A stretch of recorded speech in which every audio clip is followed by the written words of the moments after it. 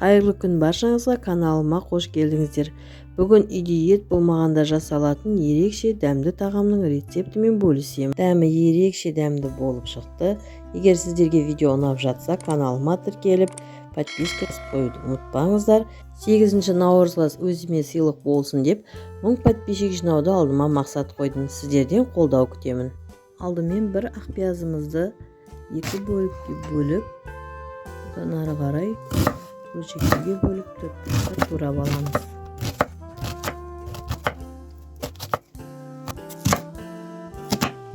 Ақ пиязымызды осылай жақсылап төртбұрыштап турап аламыз. Одан ары қарай картоптарымызды осылай аршып алып, турап, суға салып қайнатамыз. Алдын ала картоп күрішті пісіріп дайындап қойыңыз.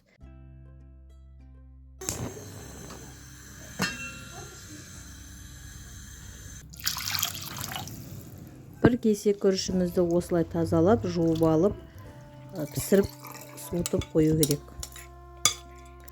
Енді сәбізімізді теркадан өткіземіз. Осылай сәбізді жақсылап теркадан өткізіп дайындап алыңыздар.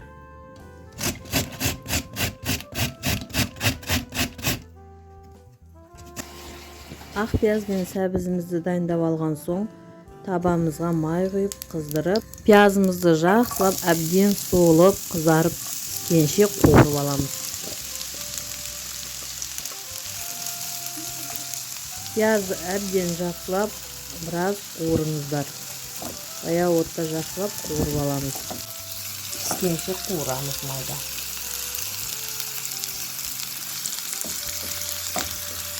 Пиязымыз әдемі болып қызарып, осылай болып қуырылып шығады. Пиязды әбден жақсылап қуырып алған соң, үстіне үккіштен өткізген сәбізді салып, ары қарай қуырамыз.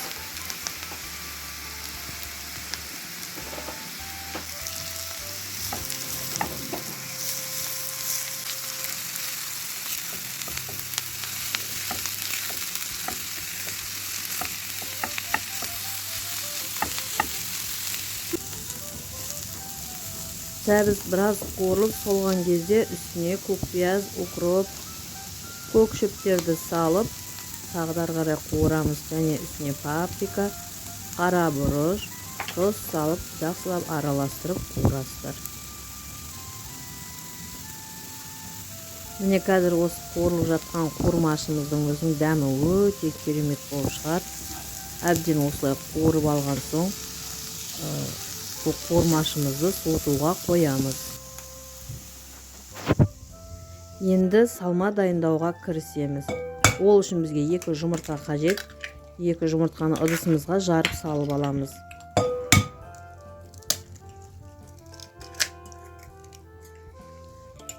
Бұны аздап араластырып, үстіне айранымызды құйып, тағы жақсылап араластырып аламыз. Жақсылап араластырып алған соң, үстіне ас содасын саламыз. Бұны да жақсылап араластырып, енді ұнды аздап сала бастаймыз. Ары қарай үстіне ұнды салып, жақсылап біртекті болғанша араластырыңыздар.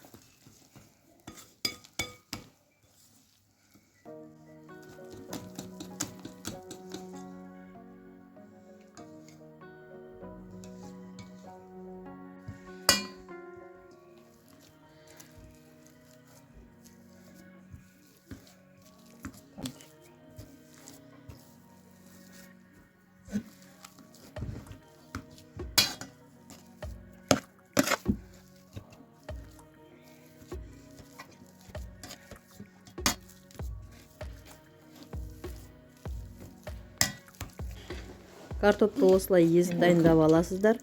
Одан соң үстіне суытылған күрішімізді, піскен күрішті салып аламыз. Одан соң бізге 2 тіс сарымсақ қажет.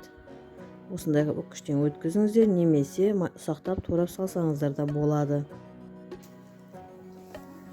Ары қарай суытылып дайын болған қуырмаш пияз бен сәбізімізді үстіне салып, барлық қоспаны жақсылап араластырып аламыз.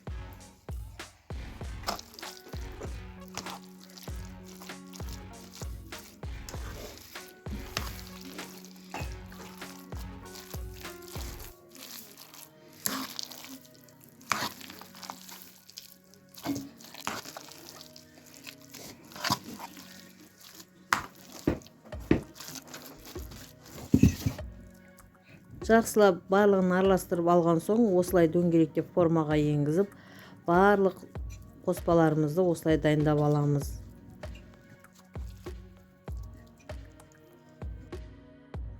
Осылай формаға келтіріп дайындап алған қоспамызды салмамыздың үстіне салып, әбден араластырып аламыз.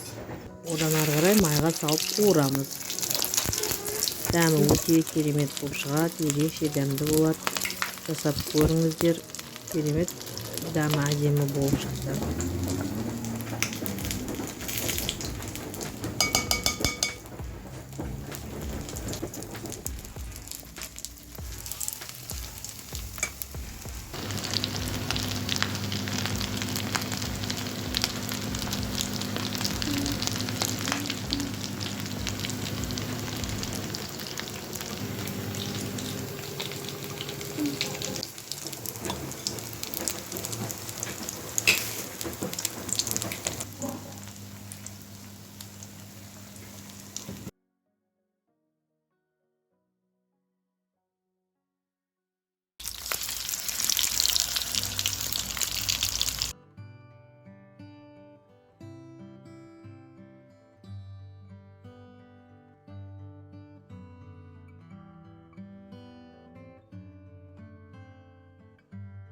Құрметті көрермендер, еңбегімді бағалап, коммент, лайк қалдырып, каналыма тіркеліп кетуді ұмытпаңыздар.